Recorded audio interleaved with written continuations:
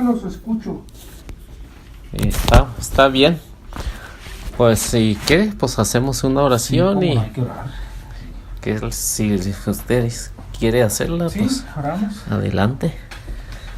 Eterno y buen Dios que estás en el cielo, gracias por la vida, por la salud, por el privilegio, Señor, de poder aprender más de tu palabra. Te suplicamos, Señor, que al abrirla, tú dirijas nuestra mente, nuestro corazón para entender lo que tú tienes para nosotros. En el nombre de Jesús, amén. Amén. Bueno, la semana pasada, ya son las 4 pláticas, o 3, 4. ¿Sabe que de esto 4. Hay muchas pláticas que Sí. sacar? Y a la semana pasada hablamos o dijimos que íbamos a hablar acerca de la iglesia, el fundamento de la iglesia. No, o sea, fíjense, los temas no han quedado concluidos. No han quedado concluidos, ahí vamos. Sí.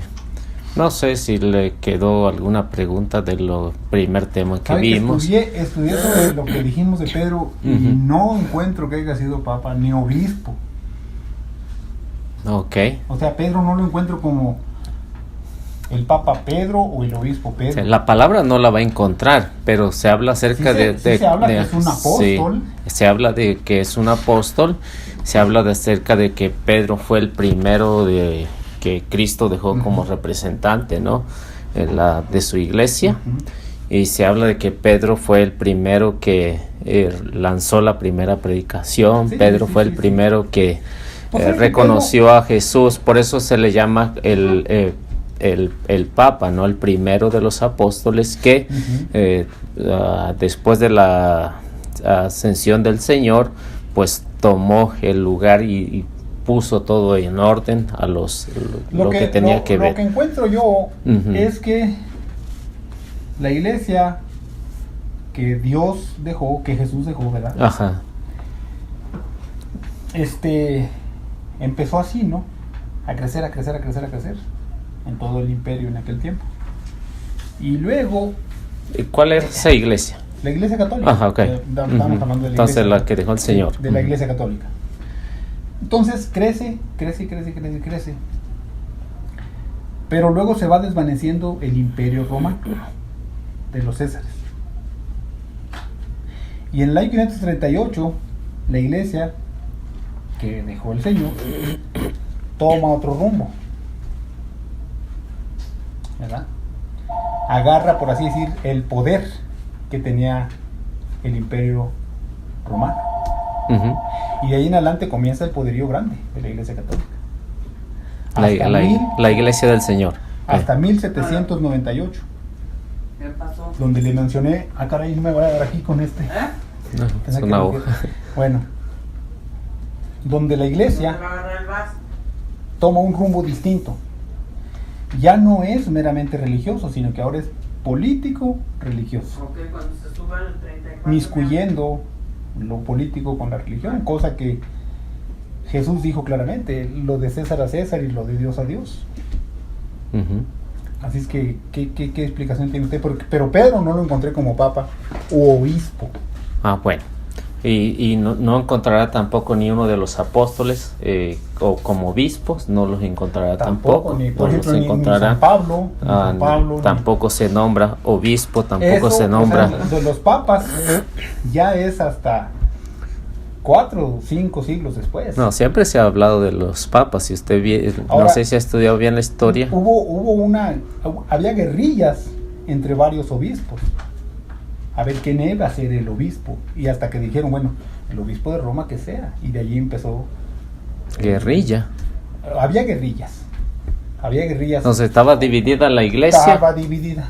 Hubo dificultades a través de la historia de la iglesia del Señor. O sea, y no solamente en aquel tiempo, siempre ha habido.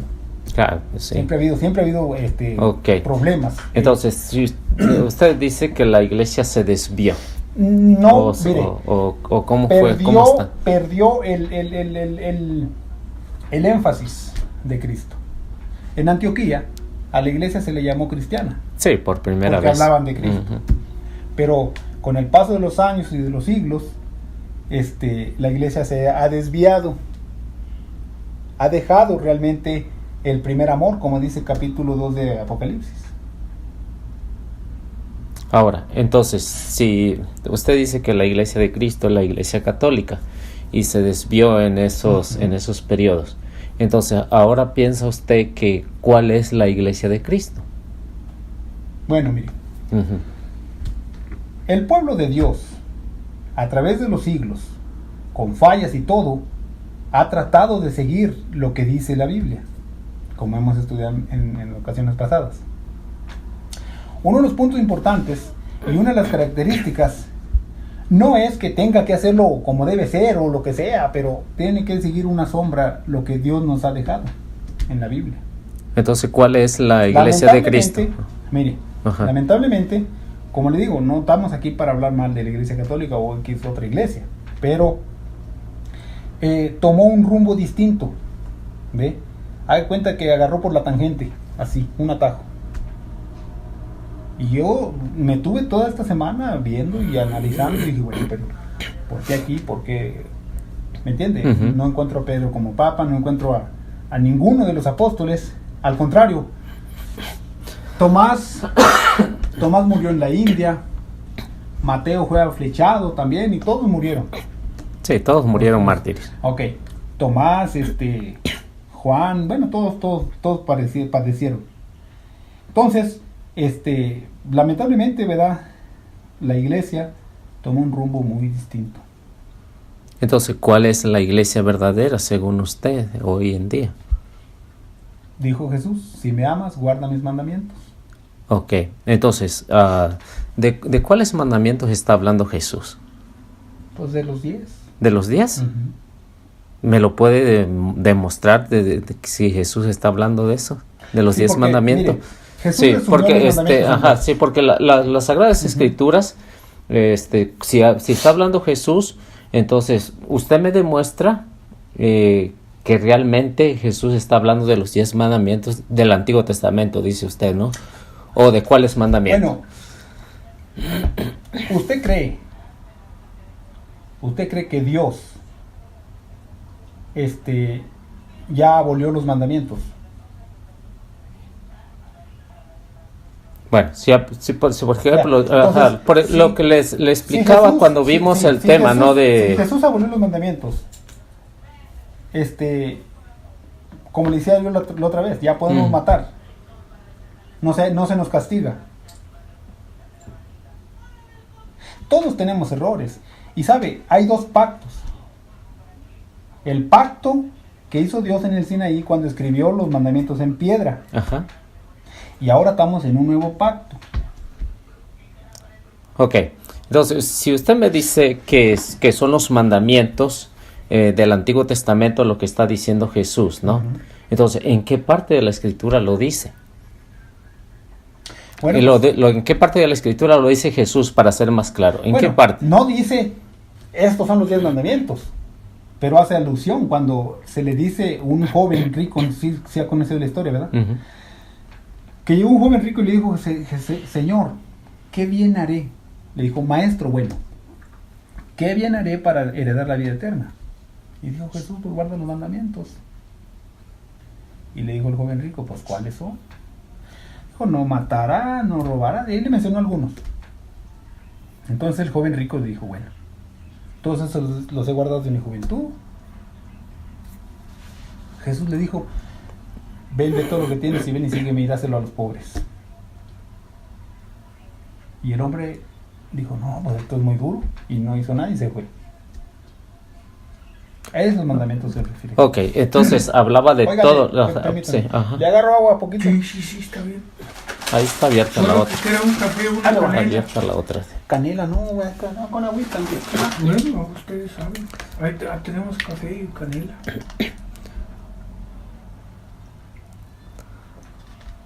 Así es que miren, Sí, es que cuando... la Biblia ajá. revela, o sea, la iglesia de Dios viene a través del tiempo en la Biblia. Tenemos entendido que Dios escogió al pueblo de Israel. Ujú. Y podríamos decir nosotros que el pueblo de Israel era la iglesia, por así decirlo, ¿verdad? Y Dios fue estratégico Porque Dios pone al pueblo de Israel en medio de naciones paganas. Lo pone con el propósito de que las otras naciones vean y digan: ciertamente pueblo y entendido y sabio es este, porque sigue el mandamiento de Dios. Entonces, hoy, en este tiempo, ¿verdad?, nos pone a nosotros, como cristianos, para que analicemos y veamos las escrituras. Y hubo gente a través del tiempo que guardó los mandamientos. Por ejemplo, no sé si usted supo de los valdenses. Bueno, eso es un pueblo que vivió antes de la Reforma de Martín Lutero y todas esas gentes. Los valdenses, ¿en qué año vivieron ellos? ¿O qué? No estoy muy seguro, pero vivieron entre los años 1300, por ahí más o menos. Y ellos vivieron y al vivir ellos guardaban el mandamiento, o sea, lo guardaban el sábado. Entonces, ¿cuál era la doctrina de los valdenses? Pues la Biblia. Ellos, incluso en aquel tiempo, como estaba la Edad Media, la iglesia del Señor, que usted menciona ahorita, persiguió a los valdenses. ¿Pero sabe cuál era su doctrina? Bueno, pues ellos leían la Biblia y la leían hasta escondidas, porque no se les permitía. Llevaban pequeños panfletos y se los daban a la gente, predicando la palabra así, en escondidas. Y ese es, pues, lo que la historia, ¿verdad?, que revela. Mire, a ver, la historia de los valdenses. Ok. Véanmele, a ver qué puedo recordar. Dice: son un grupo surgido a partir de un movimiento que se oponía a la autoridad eclesial, pues creada por un rico comerciante francés que se llamaba Léon Pierre Baldon en la segunda mitad del siglo XVII, siglo XII. Pues le dije como en 1300, sí, por ahí más o menos. Siglo XII. A los seguidores Baldo se les conoció como los pobres de Lyon, predicador itinerante bajo voto de pobreza. Su prédica sencilla, basada en la Biblia, resultó, sin embargo, más popular que las complejas enseñanzas de los cátaros. El arzobispo de Lyon les prohibió en vano que predicaran y más tarde fueron excomulgados junto con los albigenses del sur de Francia. Los valdenses se extendieron por toda Europa por un núcleo notable establecido en zonas aisladas de los Alpes occidental que marcaban la actual frontera entre Francia e Italia. Esta zona todavía se conoce como los valles valdenses. Muchos los siguieron, provenientes especialmente de Suiza y Alemania. Era la época más difícil para la Iglesia a causa del general relajamiento de las costumbres y especialmente de los malos ejemplos del clero. Siendo gente poco preparada, poco a poco los valdenses cayeron en verdaderos errores, por la cual en el año 1184 fueron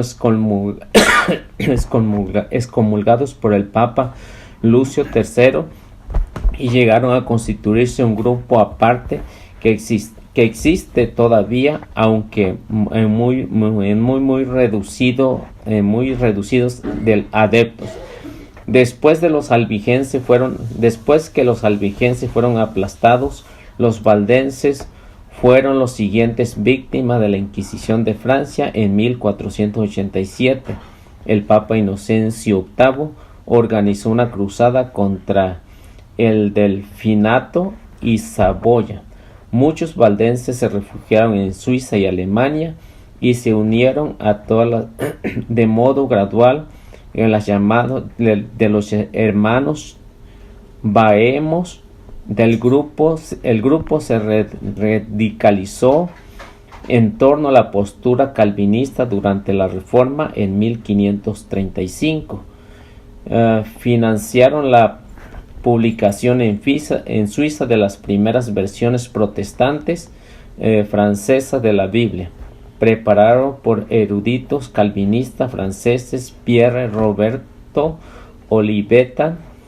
La persecución reanudó en Piemonteo a mediados del siglo XVII y los valdenses no alcanzaron total libertad civil y religiosa hasta el año 1844 bajo el reinado del sardo Carlos Alberto. En 1855 fundaron una escuela de teología en Torre Pellice, en Turín, una sede de la época moderna. Las escuelas fueron trasladadas a Florencia en 1860 y en 1922 a Roma. Los valdenses tienen cerca de 120 iglesias organizadas por toda Italia, con más de 20.000 miembros. En Sudamérica, unos 14.000 valdenses están organizados en la iglesia de Argentina y Uruguay, y también existen congregaciones en Estados Unidos. La doctrina entre los sacramentos que admiten solamente el bautismo y la penitencia y la Eucaristía. ¿Sí? Entonces esos son los valdenses. Sí, pues sí. Ellos vivieron entre esos años. Y ellos también. Sí, pero guardaban según lo que menciona ahí, no habla de que ellos guardaban el sábado. Sí, bueno, yo eso lo leí, ¿verdad? Sí. Esta semana los que vivieron antes, ellos fueron los que según descubrieron que el sábado era importante, ¿no? Porque ellos surgieron no con su propia idea, sino surgieron de los, ¿qué dijo ahí? ¿Los calvinistas o qué? No, de los calvinistas, de los cátaros, ¿no? Entonces son grupos separados de los cátaros, y luego se unieron a los calvinistas, que es Suiza, si usted sabe, era totalmente protestante. Sí, por Calvino, ¿verdad? Por Calvino. Y Calvino tampoco guardó el sábado, si usted se da cuenta, era uno de los más fuertes en ese tiempo y no lo guardó. Entonces, pues le digo, la iglesia, ¿verdad?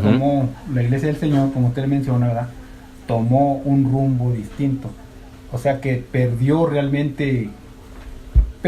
de ser la iglesia del Señor. Entonse dejó al mundo. Ok, entonces ya no siguió siendo la iglesia del Señor. Y está escrito en la Biblia. Ok, ¿me lo puede mostrar? Vamos a buscar Apocalipsis capítulo 3. Apocalipsis capítulo ¿qué? 13. Muy bien, si dice que dejó de ser la iglesia de Cristo. Sí, dejó porque la iglesia de Cristo debe hacer ese énfasis. Que no es perfecta la iglesia, que esto y que lo otro, tiene que hacer ese énfasis, porque dijo el apóstol Juan, el que dice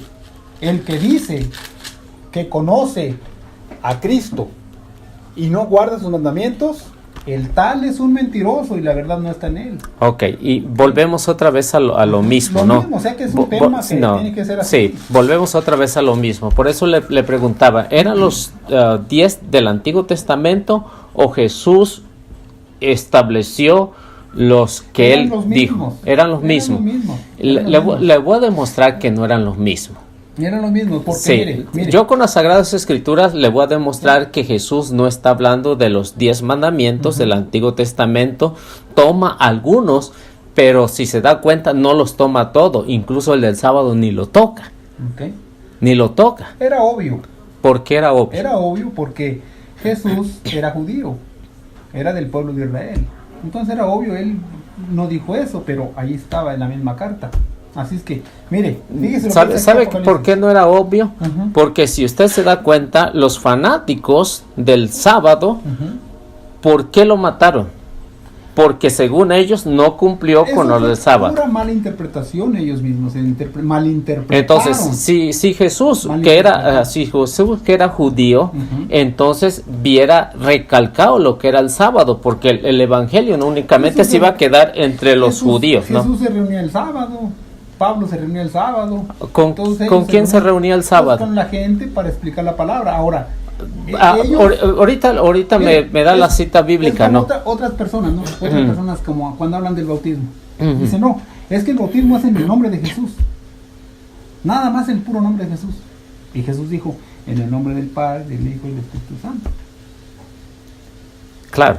Y por eso es que para seguir un orden. Entonces, me gustaría que usted me dijera en qué cita San Pablo se reunía con los cristianos para explicarles las Sagradas Escrituras. Porque yo no he encontrado ni una cita donde dice que San Pablo se reunía con los cristianos en sábado. Vamos a buscar esa cita. Okay. Pero ahorita vamos aquí a Apocalipsis 13 para decirle dónde está. Bueno. Que el pueblo de Dios, o sea, la iglesia que dejó Jesucristo, se fue apartando. Se fue apartando y se ha apartado y está apartada ahorita en este tiempo. Bueno, entonces vamos a verlo, sí. Dejó de ser la iglesia de Cristo según usted en el año 500, ¿qué? 38. Sí, sí dejó. Sí se ha fijado usted en los 4 caballos, cuatro jinetes pero, de la Biblia. Mire. Es que todo es lo mismo. Ok, vamos a aclarar esos términos, ¿no? Okay, sí. Entonces, la pregunta obligada que tengo que hacerle, ¿el Apocalipsis se puede interpretar literalmente? Es simbólico y parte literal. O sea, eso sí es mucho simbología, porque habla, por ejemplo, de bestias y de esto y del otro, y caballos y escorpiones, y habla de muchas cosas, pero tiene uno que, por eso oramos, ¿verdad? Por eso oramos, para que el Señor nos guíe. Y que nos diga es que mira, eso no se vale a través de la oración, sino a través del estudio. Entonces necesitamos conocer el lenguaje literal, aunque está escrito el Apocalipsis, porque si yo interpreto el capítulo 13 a lo que yo quiero entender. Bueno, mire, vamos a ver, vamos a leerlo y usted me dice que entiende. No, le voy a decir lo que es. Okay. Lo que es de acuerdo al género apocalíptico. Si usted me dice lo que entiende y luego ya le digo yo, bueno, pues sí o no. Por ejemplo, en la iglesia no se maneja así, en lo que se entiende. No, ¿por qué? Porque hay un magisterio de la iglesia que interpreta las Sagradas Escrituras y lo va a interpretar sin errores y sin cambio, desde que Cristo la funda hasta el día de hoy. Por eso es la doctrina que no tiene la interpretación de las Sagradas Escrituras, no todos la van a interpretar, Claro que sí, no puede interpretarlo.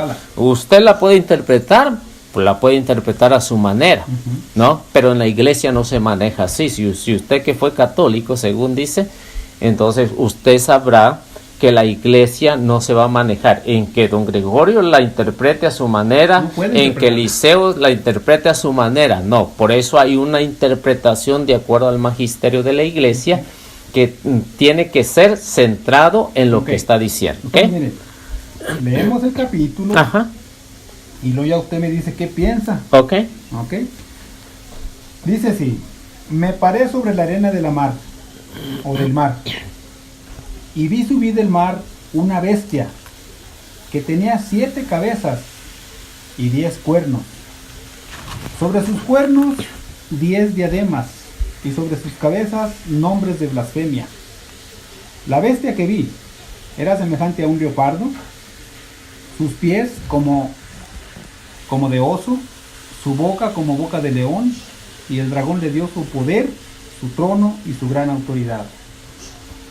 Una de sus cabezas parecía herida de muerte, pero su herida mortal fue sanada. Y toda la tierra se maravilló y siguió a la bestia. Y adoraron al dragón que había dado autoridad a la bestia. Y adoraron a la bestia diciendo: ¿quién es como la bestia y quién podrá luchar contra ella? Y le fue dada una boca que hablara palabras arrogantes y blasfemias, y le fue dada autoridad de obrar durante 42 meses. y abrió su boca en blasfemia contra Dios, para blasfemar de su nombre y su santuario, y los que moran en el cielo. Se le permitió combatir contra los santos y vencerlos. También se le dio autoridad sobre toda tribu, pueblo, lengua y nación, y la adoraron todos los habitantes de la tierra, cuyos nombres no están escritos en el libro de la vida del Cordero, que fue muerto desde la creación del mundo. El que tenga oído, oiga. El que sea sentenciado a la cárcel irá. El que sea sentenciado a espada morirá. Aquí está la perseverancia y la fe de los santos. Y el versículo 11 da otro giro, pero dice así: después vi otra bestia que subía de la tierra. Tenía 2 cuernos semejantes a los de un cordero, pero habla como un dragón. Ejerce toda autoridad de la primera bestia en su propia presencia, y hace que la tierra y sus habitantes adoren a la primera bestia, cuya herida mortal fue sanada. Realiza grandes señales y hasta hace descender fuego del cielo a la tierra ante los hombres. Con las señales que se le permitió realizar en presencia de la primera bestia, engaña a los habitantes de la tierra y les manda a los habitantes de la tierra que hagan una imagen de la bestia que tuvo la herida de espada y vivió. Se le permitió infundir aliento a la imagen de la primera bestia, para que la imagen pudiera hablar y dar muerte a todo el que no la adore, el que no adore la imagen de la bestia. Y ordena que a todos, pequeños y grandes, ricos y pobres, libres y siervos, se les ponga una marca en la mano derecha o en su frente, y que ninguno pueda comprar ni vender, sino el que tenga la marca o el nombre de la bestia, o el número de su nombre. Esto requiere sabiduría. El que tenga entendimiento cuente el número de la bestia, que es número de hombre, y su número es 666. Explíqueme ese capítulo. Ok. Vamos al principio. Decía que el Apocalipsis está en un género apocalíptico, ¿no? Que se necesita conocer las claves para poder entender lo que es el Apocalipsis. Entonces, si lo interpreta, si lo interpreta literalmente, un error fatal. Claro. ¿No? ¿Qué es lo que está diciendo San Juan aquí? Está hablando en primer término acerca de Nerón César. El primer término. Y por eso dice: entonces vi subir del mar a una bestia con 7 cabezas y 10 cuernos. Nerón César, ¿cómo se consideraba? Pues se consideraba como Dios. Ellos se consideraban, bueno, los Césares ya decían que eran dioses. Entonces se consideraba como Dios. Por eso se aplicaba, según él, las 7 cabezas. O sea, que estaba apoyada por 7 imperios, 7 lugares, es lo que San Juan está hablando ahí. Por eso, como Dios se le aplica el número 7, que es la plenitud y la perfección, entonces Nerón César quiere hacer lo mismo. Por eso se habla de 7 cabezas y 10 cuernos. Cuernos, ¿qué significa en término apocalíptico? Poder.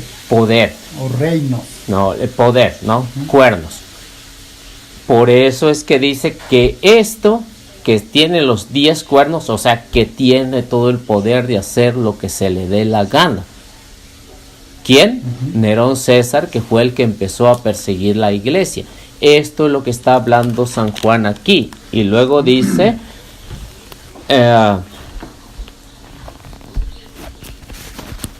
un título que desafía a Dios. Entonces, todos los emperadores, todos los César, en el versículo 3. Okay, sí. Entonces, todos los emperadores decían que eran Dios. Sí. Se consideraban como Dios y querían que todo el mundo los adorara como Dios. Esta era la mentalidad y todo el mundo creía que eran Dios porque tenían todo el poder. Entonces, por eso San Juan, cuando escribe el Apocalipsis, escribe a una comunidad, escribe a la iglesia. La iglesia ya sabe de este término apocalíptico. ¿Por qué? Porque ya conocen que es un término apocalíptico. El lenguaje apocalíptico empezó a surgir unos 200 años antes de la llegada de Cristo. ¿Sí? Y ellos conocían el lenguaje a quien se estaba refiriendo. Porque si habla literalmente, ¿qué es lo que va a suceder? Problema para los cristianos. Tiene que hablar en claves, tiene que hablar en símbolos. Literalmente no estamos diciendo de este tiempo, ¿no? Sí, entonces, es como diríamos hoy en día la policía. La policía se habla en clave. Y si usted no sabe esas claves, no va a saber lo que le está diciendo. Pero si usted estudia las claves, qué significa cada una de esas claves, entonces se dará cuenta que es lo que está diciendo. Pero si lo interpreta literalmente, va a ser un error. Por eso es que lo que nos está mostrando San Juan es ahí. Dice que está desafiando a Dios. La bestia que yo vi era semejante a una pantera. ¿Qué dice ahí? A un jaguar, dice, ¿no? Algo así. La vi semejante a un leopardo. A un leopardo. Entonces, ¿qué es lo que está diciendo? Que se parece a un animal, o sea que es astuto. Entonces, por eso es que una pantera o un leopardo son los animales más astutos que hay. ¿Por qué? Porque son silenciosos, pero de una forma para atacar. Y luego sigue diciendo, tiene pata de oso, o sea que es grande, es poderoso. Entonces lo está comparando con un animal que es totalmente poderoso y la boca de león. Pero de la mujer. No se desconectó de ahí. ¿Te doy las conectas? Sí. Ah, qué caray. ¿Qué le dije? ¿Sabes qué? Ahí está. Es que, ¿sabes qué? Estaba muy cerquita la correa acá y pues a ver. No muevas como si estuviera bailando. Ok, dígame. Y luego sigue diciendo, entregó su propio poder y su trono a un imperio inmenso. ¿No? O sea, ¿qué es lo que está hablando? Del imperio romano. No está hablando de la iglesia. Está hablando del imperio romano, que es sumamente poderoso, todo el imperio, porque Roma estaba dominando todo el mundo de aquel tiempo. Y es a lo que San Juan está diciendo. Y luego dice... ¿dónde quedó? Entregó su propio poder y su trono a un imperio inmenso. Una de sus cabezas parecía herida de muerte, pero su herida mortal fue sanada. ¿No? Entonces, ¿qué es lo que sucede? Lo que sucede es que estos reinos no son para siempre. A la muerte de Nerón, ¿qué es lo que pasó? Surge otro. Y hubo un periodo de paz en la iglesia hasta la llegada de Domiciano, que fue el que mandó a San Juan a la isla de Patmos, y es donde tiene esta revelación. Por eso dice que fue sanada la herida. La muerte de Nerón, César, fue sanada la herida y hubo un periodo de paz. Entonces, y luego a la llegada de Domiciano empezó otra vez el problema. Y es lo que San Juan está hablando. Y luego dice, entonces la tierra entera maravillada siguió tras la bestia. O sea, que todos a fuerza tenían que seguir a el emperador. Todos. ¿Por qué? A Domiciano, a los emperadores, a los que se consideraban como Dios. O sea, no había tregua. Por eso se hacían los edictos. Si usted sabe, se hacían los edictos y se mandaba a todos. Una ley. Un edicto es igual a una ley que se tiene que cumplir en todo el imperio. Y luego dice, adoraron al monstruo porque había entregado al imperio a la bestia, y también adoraron a la bestia diciendo.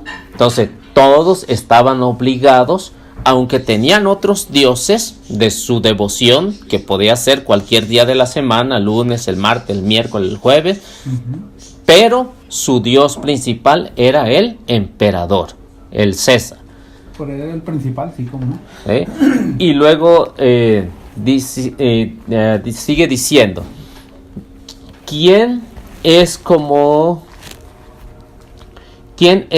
la bestia? ¿Y quién podría competir con ellos? Nadie. Nadie puede competir. ¿Por qué? Porque tienen todo el poder aparentemente. O sea, quieren matar a alguien, lo matan. ¿Quién le dice algo? Nadie. Por eso San Juan lo que dice, que tienen todo el poder y nadie puede competir con ellos. ¿Y qué es lo que va a suceder? Dice, se les permitió hacer proyectos orgullosos y blasfemar contra Dios. ¿Qué es lo que hacían los emperadores? Desafiaban a Dios, desafiaban a Cristo. Si usted sabe de lo que decía Nerón César en contra de Dios, lo que decía Domiciano en contra de Dios, lo que decían los tetrarcas en contra de Dios. No sé si usted lo sabe, pero todo eso decía, no, ese Dios no existe. Únicamente hay que rendirle sacrificio a nuestros dioses, y eso se establecía a través de los edictos que hacían. Y luego sigue diciendo, blasfemaron en contra de Dios porque querían probar todo. Y luego dice, durante 42 meses, y pudo actuar como quería durante 42 meses. O sea, que tuvo el poder por largo tiempo, pero según San Juan no lo va a tener para siempre. O sea, 42 meses es un término que San Juan está usando. 42 meses, ¿qué? ¿Se multiplicaría por 30 o qué?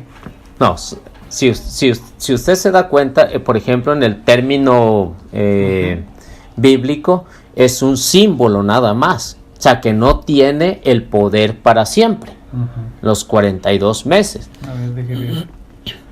42 meses. Y luego sigue diciendo, se puso pues a lanzar insultos contra Dios, insultando su nombre y su santuario, es decir, los que ya estaban en el cielo.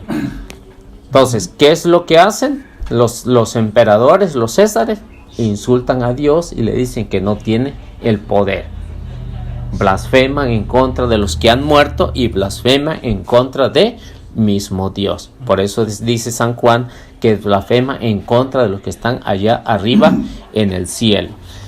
Y luego dice, los que están allá en el cielo, les concedió hacer la guerra contra los santos y vencerlos. ¿Contra quién les hizo la guerra?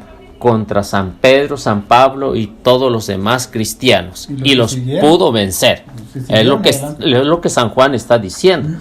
Entonces, a ellos, a los santos, los pudo vencer. ¿Dónde lo encontramos? Todos los santos en el capítulo 6.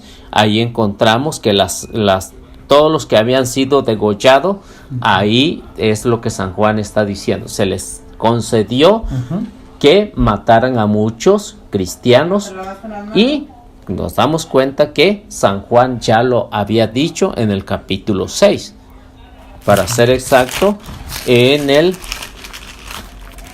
versículo 9 y versículo 10. Eso es lo que San Juan está hablando ahí. 6, 9 al 10. Y también lo menciona en Apocalipsis capítulo 20, versículo 4 al versículo 5. ¿Sí? Y por eso dice, se le concedió hacer la guerra contra los santos y vencerlos. Y parece que había triunfado. Parece que había ganado porque había matado a los primeros apóstoles. Los había sacrificado ya. Por eso San Juan es lo que está diciendo. Dice a los santos y poderlos vencer. Y luego se dice, y se les dio poder sobre las razas, pueblos, lenguas y naciones.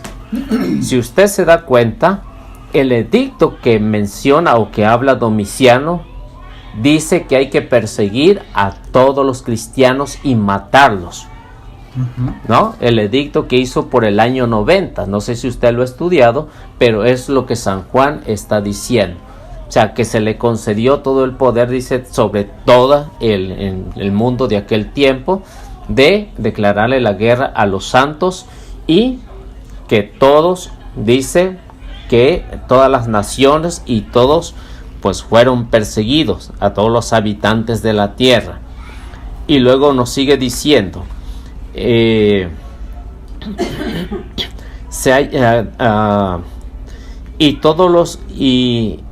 toda la adoración, todos los habitantes de la tierra cuyo nombre no se hallaba escrito desde el principio del mundo en el libro de la vida del Cordero sacrificado.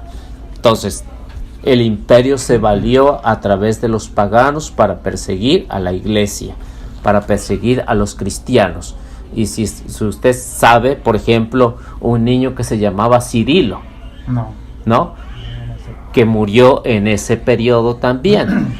Su papá era pagano y Cirilo era cristiano junto con su mamá. Su mismo papá lo denunció y lo martirizaron. Pues así llegó a ser, y así puede que vaya a ser en el futuro también. Sí, o sea, las persecuciones siempre están latentes. Sí, van a pasar, ¿no? Están latentes. Y eso es lo que San Juan está diciendo ahí. Entonces, dice que se valió a través de los paganos, no únicamente de los soldados, sino de los paganos. O sea, esto fue general, perseguir a los cristianos, tuvieran culpa o no tuvieran culpa. O sea, de una forma general. Eso es lo que San Juan está hablando acerca del imperio. Y luego dice, no se duerma. Y luego dice, el que tenga oídos que escuche. Quien esté destinado a ir a la cárcel, irá a la cárcel. Quien esté destinado a la muerte de espada, parecerá a la espada. Pero para los santos es hora de la perseverancia y de la fe. Entonces, y esto ya Jesús lo había anunciado, que es lo que Jesús ya había acerca de